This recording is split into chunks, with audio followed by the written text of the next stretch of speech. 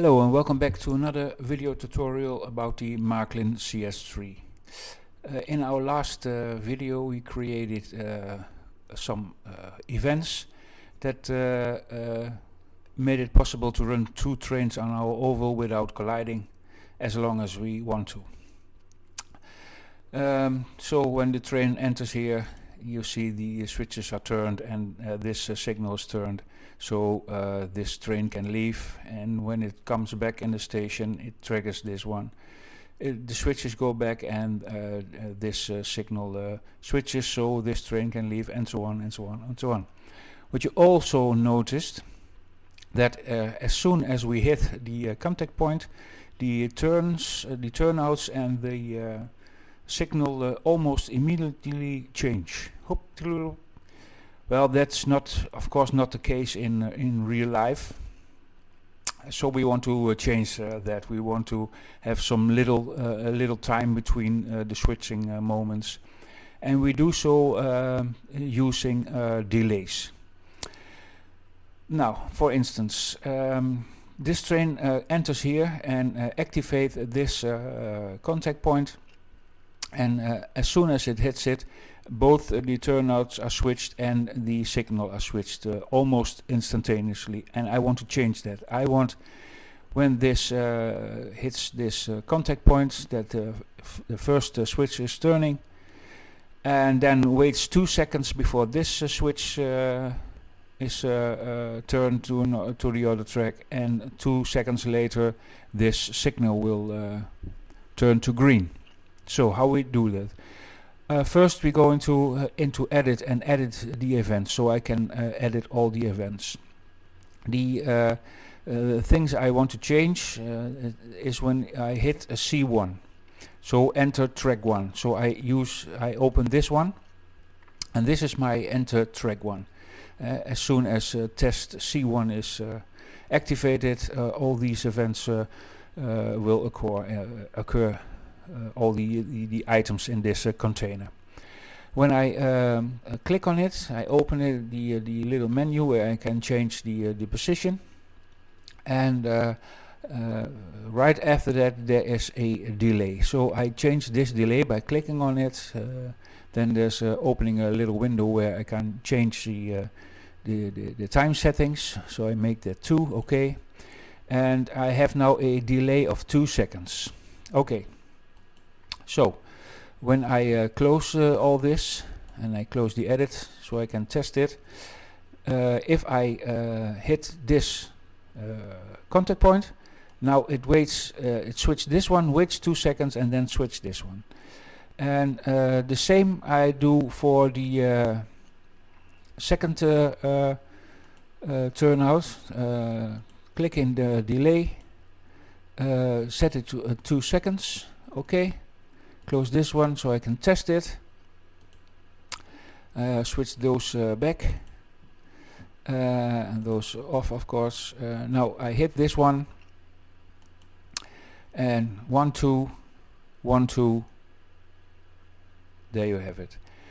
There's only one thing that I want to change. When I hit this contact point, this turnout has to wait 2 seconds also. But if you noticed, the layouts of the delays that I put in the items are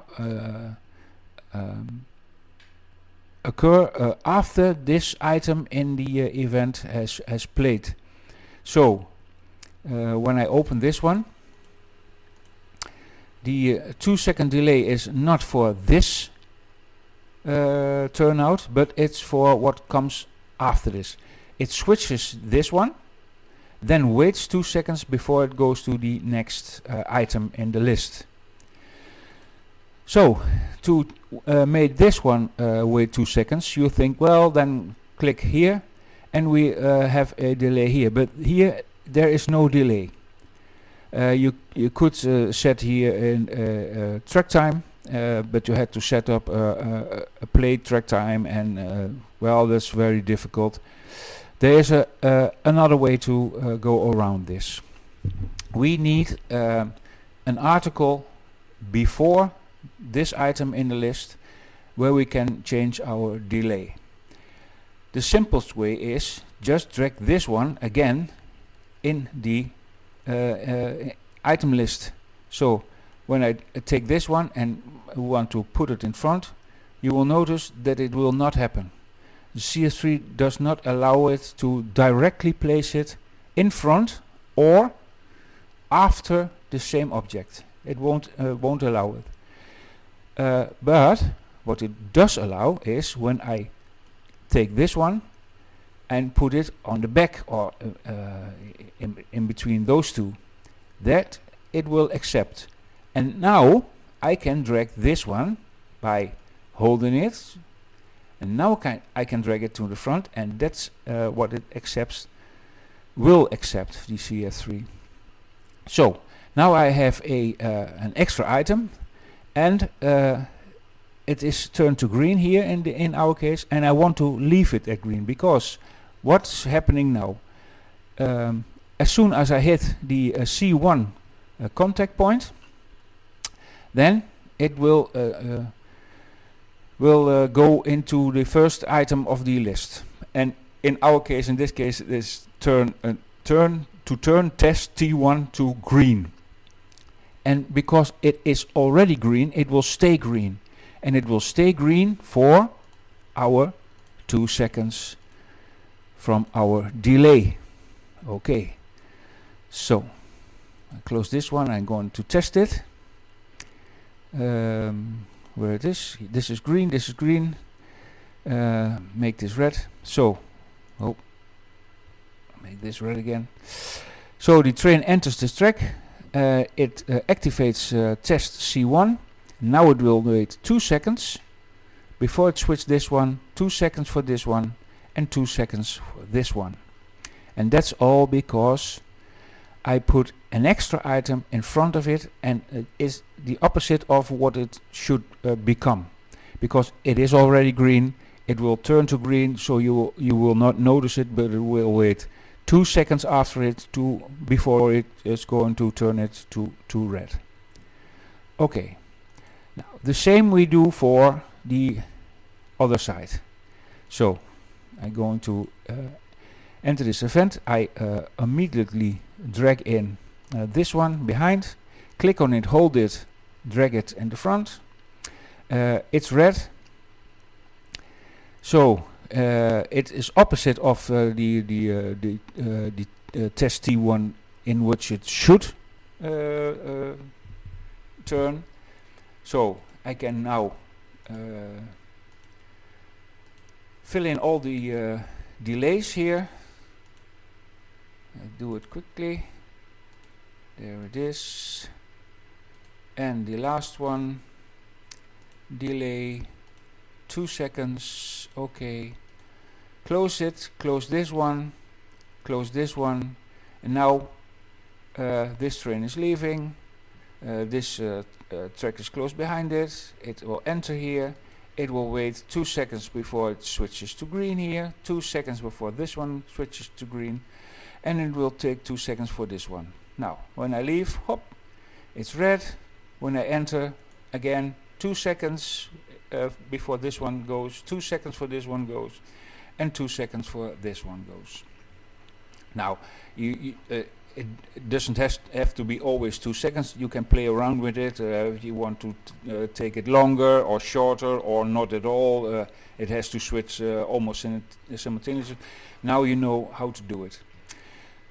Now, one thing you noticed, as soon as I come in the station and the turnouts are switched, each after 2 seconds, and the light is switched, as soon as I click the deactivate the contact point, immediately the light will go to red.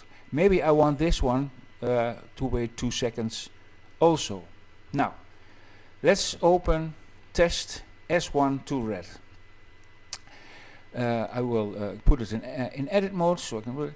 Now, what I want to do is another test S1 in front of this in the same color as it is when the train arrives. So red, of green when it leaves. Sorry, so green. But as I explained previously, you cannot drag this right in front or after your item that's already in the list. So how we going to do that? Well, simple. Just drag any other item. It doesn't matter what. Drag it in. Now drag your same item in and lose this one. Yep. Now you see it is. You have it 2 times in the list. Open the first one. Set this one to 2 seconds. Okay. And I change the position in what it is when the train arrives. So green. It is green when the train leaves. So it is green, and it should stay green for 2 seconds before it turns to red. That's what I created here. Yeah, we will try it. So it is this one, C1, so I make it green. This one also. Now I leave, and now it waits 2 seconds before it turns to red. You see? Again, I change this one to green and this one to green. So the train enters here. This one, it will switch. Oh, no, it's going the wrong way, so we will wait here a little bit. Okay, the train is now entering here. It is leaving. So it is leaving. Now it waits 2 seconds before this one goes to red. See? Now this one is. It's a little bit messy now. So this one is both. So this one now is going. This one is going immediately. Hop, because I haven't changed that yet. And when it enters, it will change this one. First 2 seconds, 2 seconds, 2 seconds. And now when I leave the train from this track, 2 seconds it will wait before it turns red. It comes in. Everything will take 2 seconds to switch. This one and this one I haven't changed yet, so when I leave this track it will immediately turn to red. I want to change that too, so I open test S2. Sure that I can edit it, drag anything other but the S2 in it. Now I can drag the S2 in it. I lose the S1 because I don't need it. There we have it. I turn this one to green because that is what it is when the train is leaving. And it should wait 2 seconds before it changes. Hoppa. Close this one, close this one. Now the train is coming here. The tracks are set to green with an interval of 2 seconds. This one switches here. The train leaves. It waits 2 seconds before it turns the S1 back. When the train is arriving, it will take 2 seconds interval to switch everything. And now, there it is. When this train is leaving, it also waits 2 seconds before it goes back to red. So this is how you can use delays on your layout to make everything a little bit, yeah, well, more realistic. And so play around with it. I hope you learned something, and I hope you enjoyed the video. So in the next video we're going to run not 2 trains, but we're going to run 3 trains on our oval. So I see you in the next one, and I hope you subscribe and ring the bell so future videos will come to you. Okay, thank you for watching.